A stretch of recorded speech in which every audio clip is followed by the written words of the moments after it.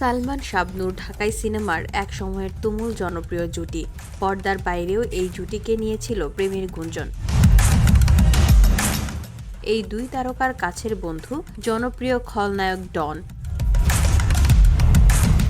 সালমান শাহের সঙ্গে শাবনূরের প্রেম ছিল নাকি ছিল না প্রশ্নের জবাবে ডন বলেন, সালমান শাবনূর একটা জুটি, এদের প্রেম প্রীতির উপরই একটা সিনেমা ডিপেন্ড করত। ফিল্মের নায়ক নায়িকার মধ্যে তো প্রেম থাকতেই হবে, না হলে তো সিনেমা হবে না, কিন্তু অরিজিনাল প্রেম আর ফিল্মের প্রেম তো এক না। বলা হয় অকাল প্রয়াত নায়ক সালমান শাহের সবচেয়ে ঘনিষ্ঠ বন্ধু ডন। তাকে সালমান শাহের হত্যাকারীও মনে করেন সালমান শাহের মা নীলা চৌধুরী।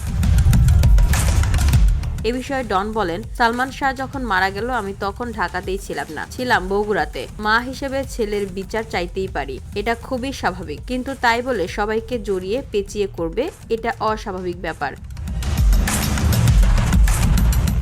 ডন ওই সাক্ষাৎকারে আরও জানিয়েছেন, তার সঙ্গে সালমান শাহের শেষ দেখা হয়েছিল সালমানের শ্বশুর বাড়িতে।